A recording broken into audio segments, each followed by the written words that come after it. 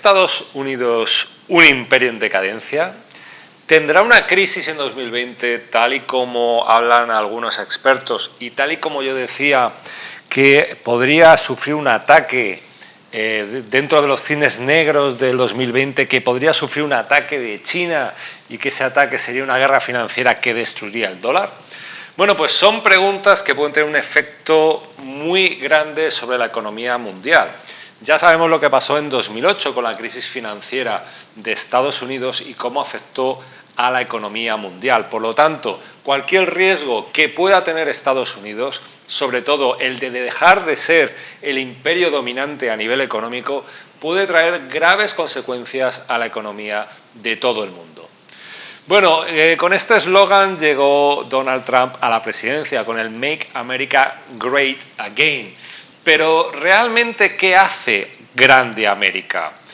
Bueno, claro, al final Donald Trump se ha metido en la guerra comercial contra China, como explico en un vídeo en MD Investment Capital, por un motivo, y es porque realmente América se siente amenazada.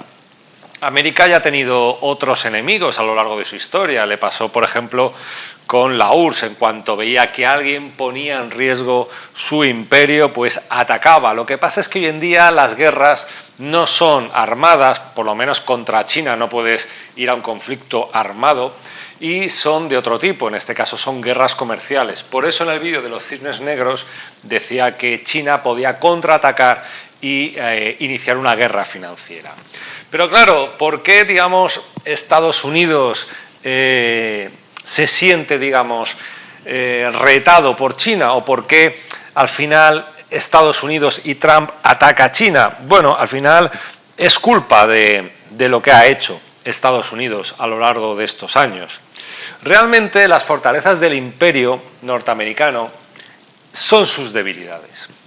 Bueno, la primera fortaleza del imperio USA es que controla el sistema SWIFT. Eso puede ser algo que no te suene, pero si alguna vez has hecho una transferencia internacional, habrás tenido que poner este código y básicamente lo que es el sistema SWIFT es una red de bancos globales que permiten que se realicen transferencias internacionales. Claro, es algo bastante complejo, aunque no lo parezca, y este sistema tiene ya bastantes años, tiene más de 40 años, y permitía, imagínate, hace 40 años, ¿no?, pues que una transferencia de un banco español se produjera a un banco, por ejemplo, norteamericano. Entonces, el tema es que Estados Unidos controla el sistema SWIFT y es el que decide qué transferencias se hacen y cuáles no. Tiene mucho poder en el sistema SWIFT. Por eso es capaz de bloquear pagos y por eso pues, puede, digamos, aplicar, congelar cuentas, que el dinero no se transfiera y por lo tanto se incumplan pagos. Tiene mucho poder.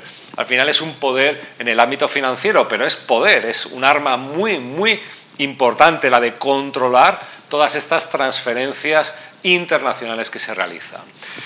Imprime la divisa internacional, al final el dólar es la divisa de reserva, es una divisa que también sirve para pagos internacionales, muchas deudas se denominan en dólares, el barril de petróleo cotiza en dólares, es decir, es la divisa que prácticamente necesita todo el mundo, ya sea para pagar deudas, ya sea para comprar cosas como puede ser el petróleo, y claro, es su divisa, es decir, la imprime, tiene la capacidad de generar todos los dólares que quiera porque él tiene la máquina de imprimir el dinero. Por lo tanto, tiene un control muy grande sobre la economía internacional, pero es que encima tiene el mayor ejército del mundo. Nunca ha habido un ejército mayor.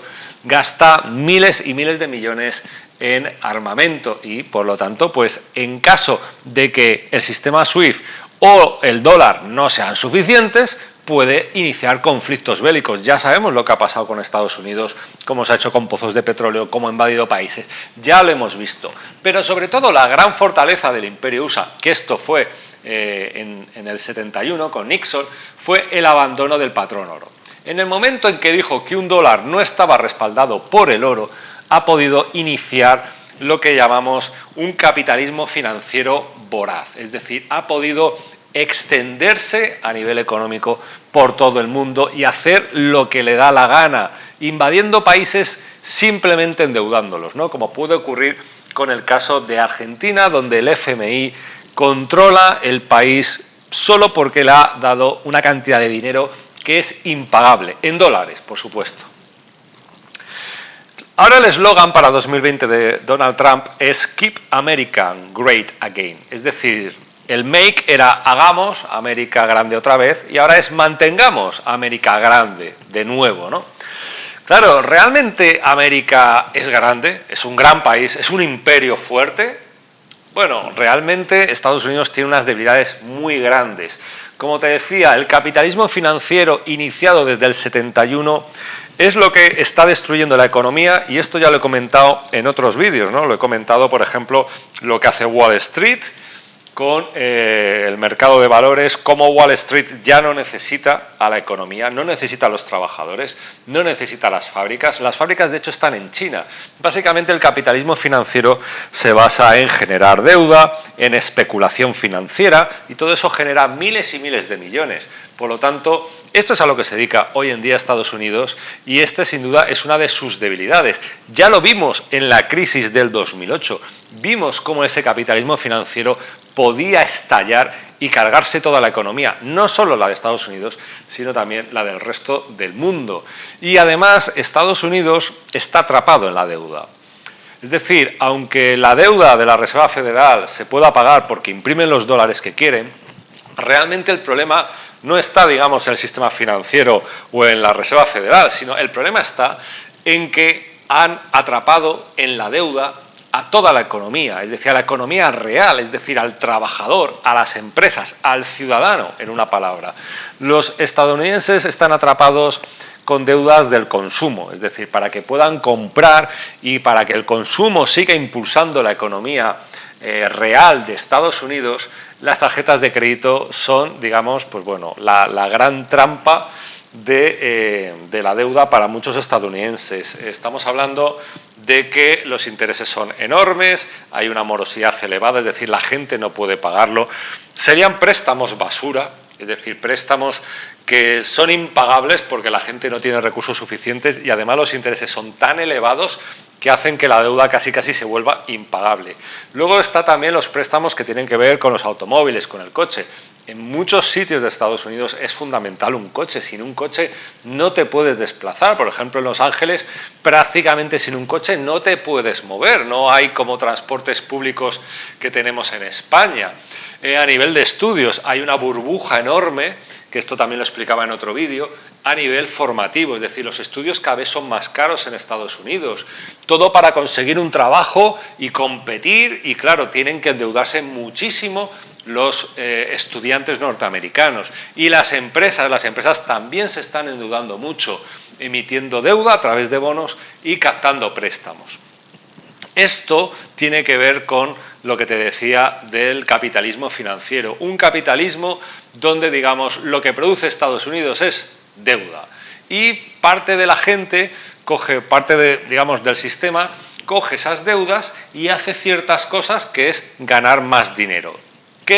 ¿A qué me estoy refiriendo? A la bolsa. Una de las cosas que hacen muchas compañías en Estados Unidos es endeudarse para la recompra de acciones. Esto también lo comentaba y lo explicaba en otro vídeo. Al final, muchas empresas norteamericanas no son competitivas, no producen nada, incluso pierden dinero con lo que producen, pero ganan dinero con el mercado de valores, algunas recomprando sus propias acciones.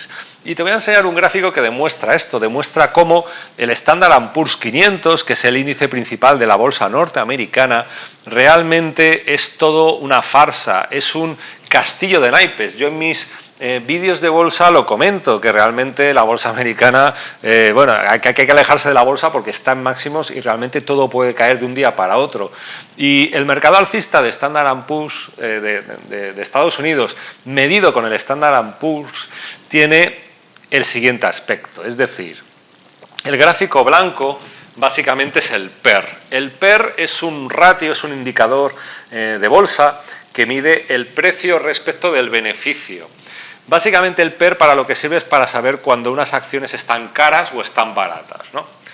Básicamente el PER lo que establece es, pues si yo el precio que pago en proporción a los beneficios que obtiene la empresa es muy elevado o poco elevado. Es decir, si una empresa gana por acción $50, pagar 10 veces es más caro que pagar 5 veces. Es decir, que una acción que genera un beneficio por acción de $50 cotice o tenga un precio de 250, sería un PER de 5. Si hablamos de que cotiza a 500, sería un PER de 10. Lógicamente, 10 implica que la acción está más cara que con un PER de 5, ¿vale? Pues el gráfico blanco mide esto, digamos que lo cara que está el Standard & Poor's, la bolsa medida con el PER.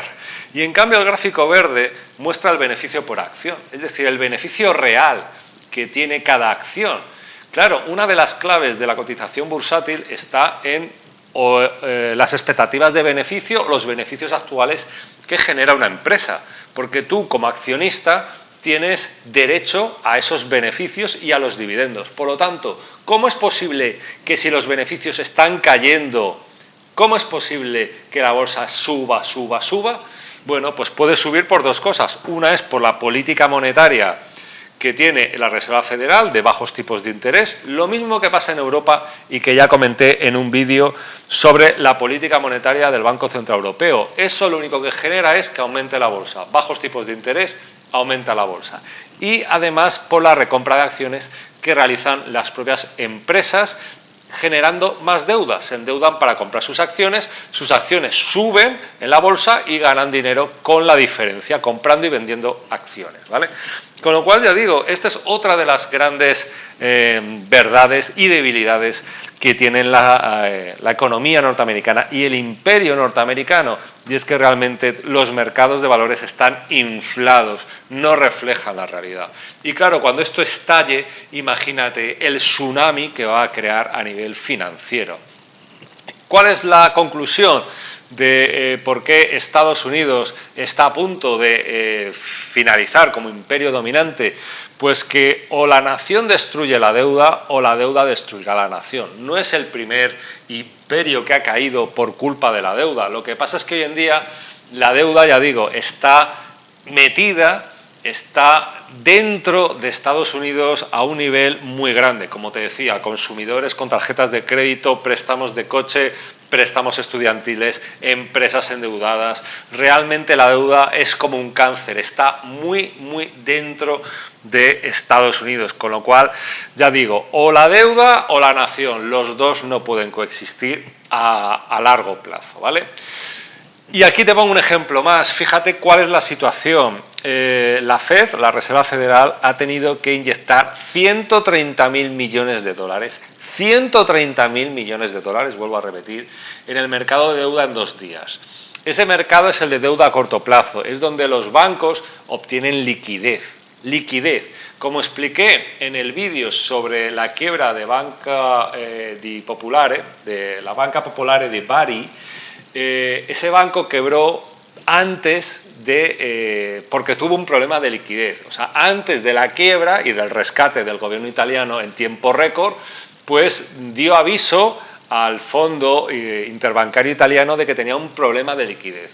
Entonces estamos hablando de que no se sabe quién, no se sabe qué bancos o qué banco, podría ser Deutsche Bank, algunos dicen, está teniendo esos problemas, pero alguien está necesitando liquidez y los bancos no se la están dejando. Es decir, el mercado repo, el de deudas a muy corto plazo, a días, pasó de cobrar un interés del 2,5% a cobrar el 10%. Es decir, a alguien no le querían prestar dinero.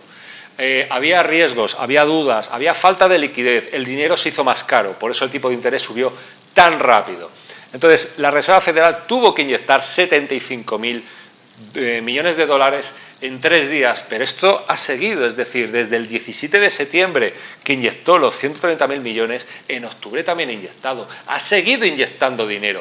Esto ocurrió antes de la crisis financiera del 2008. Por lo tanto, algo está pasando en Estados Unidos y algo se está incubando, algo bastante grave. Y ya digo, hay gente que ya dice que todo esto que va a ocurrir en Estados Unidos en 2020 seguramente sea una crisis tan grande que ponga fin al imperio norteamericano. Sin duda esto tendrá unas consecuencias muy graves a nivel económico, pero también a nivel bursátil. Lo que puede ocurrir si Wall Street cae, si Standard & Poor's, que está totalmente inflado, cae, es de unas proporciones que dejarán pequeña a la crisis del 2008. Y esto lo voy a contar y lo voy a seguir analizando aquí en mi canal de Miguel Figuera, y por lo tanto te animo a que te suscribas y te animo a que sigas al día los vídeos que publico sobre temas de economía, para que sepas, pues bueno, qué puede ocurrir en 2020, que mucha gente ya está diciendo que será un año en el que todo cambiará, empezarán cosas que durarán años y seguramente tendremos encima un cambio en el poder político, económico, y seguramente ese cambio no será sin dolor, es decir, o habrá crisis, o habrá revoluciones, o habrá las dos cosas, pero nos espera un año y unos próximos años a partir de 2020 que sin duda cambiarán la historia. Espero que esté equivocado, no me importaría equivocarme, pero ya digo, no es algo que diga yo, lo dicen desde diferentes sitios, diferentes analistas, economistas, investigadores, y todo apunta, como te he dicho, con los datos de Estados Unidos, todo apunta a que algo ocurrirá en 2020 y que seguramente Estados Unidos sea el ojo del huracán. Pues me despido de ti, hasta el próximo vídeo, saludos y éxitos.